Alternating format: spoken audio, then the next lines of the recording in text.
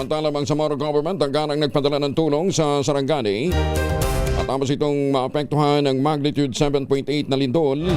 Detalye na balita mula kay Jun Di Makutak, Aris 19. Assalamualaikum, Brother Jun. Alaikum assalam, Brother Angel.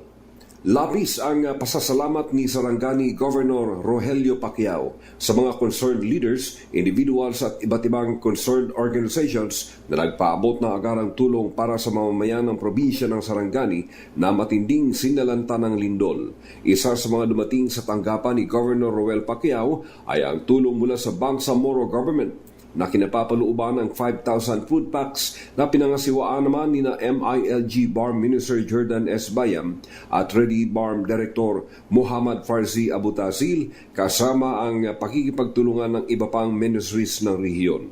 Sa pahayag mula kay Governor Roel Pacquiao sa ngalan ng pamahalaang panlalawigan ng Sarangani, ipinaabot ito sa magitan ng media ang taos-pusong pasasalamat kay Barm Chief Minister Abdul Rauf Makakwa para sa mabilis na pagtugon nito.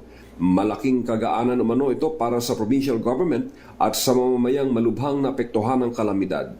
Samantala, pinapurihan naman ni OPAPRO Secretary Mel Senen Sarmiento ang OCD Barm at ang Ready Barm sa mabilis itong pagpapadala ng Rapid Damage Assessment and Needs Analysis o ARDANA team para sa appropriate na emergency response at relief operations ng national government. Mula sa Central Mindanao, RH19, Jun Di Makutak, DZRH, una sa Pilipinas, una sa Pilipino. Sukran, Jun. Maraming salamat.